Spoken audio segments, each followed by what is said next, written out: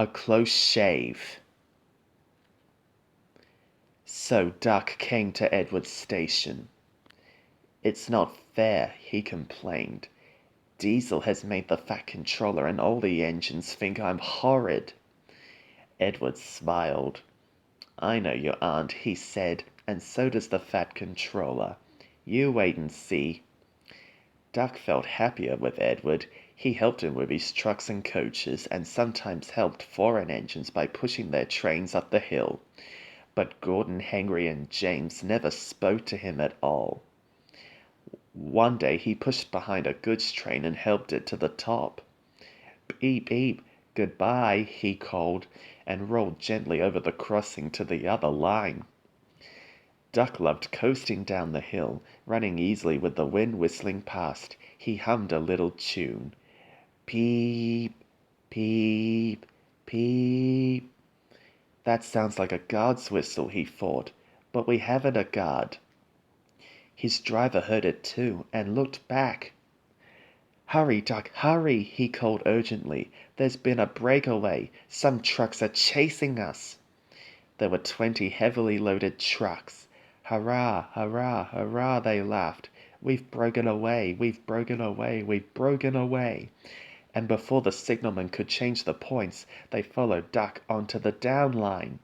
Chase him, bump him, throw him off the rails, they yelled, and hurtled after Duck, bumping and swaying with ever-increasing speed. The guards saved Duck. Though the trucks had knocked him off his van, he got up and ran behind, blowing his whistle to attract the driver's attention. Now what? Asked the fireman. As fast as we can, said the driver grimly. Then they'll catch us gradually. They raced through Edward's station, whistling furiously, but the trucks caught them with a shuddering jar. The fireman climbed back, and the van brakes came on with a scream. Braking carefully, the driver was gaining control. Another clear mile and we'll do it, he said. They swept round a bend. Oh, glory, look at that! A passenger train was just pulling out on their line from the station ahead. The driver leapt to his reverser. Hard over, full steam, whistle. It's up to you now, Duck, he said. Duck put every ounce of weight and steam against the trucks. They felt his strength. On, they yelled, but Duck was holding them now.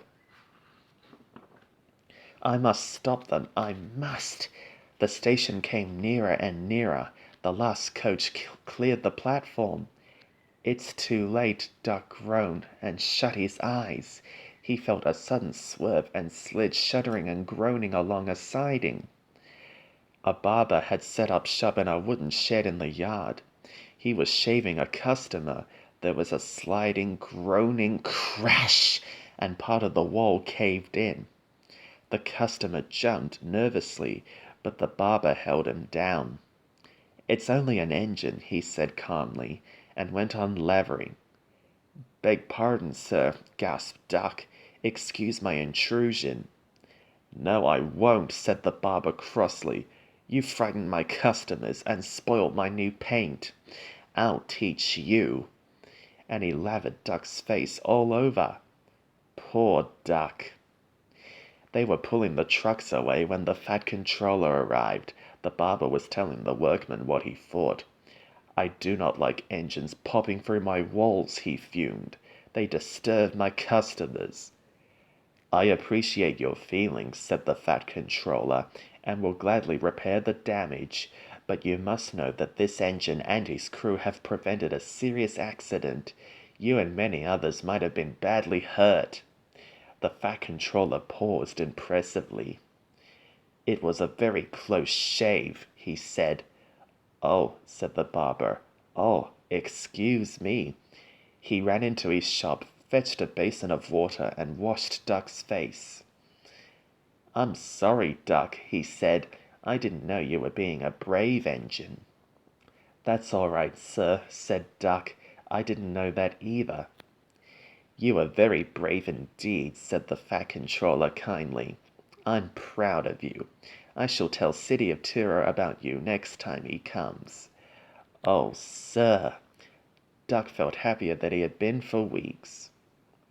And now, said the Fat Controller, when you are mended, you are coming home. Home, sir? Do you mean the yard? Of course. But, sir, they don't like me. They like Diesel.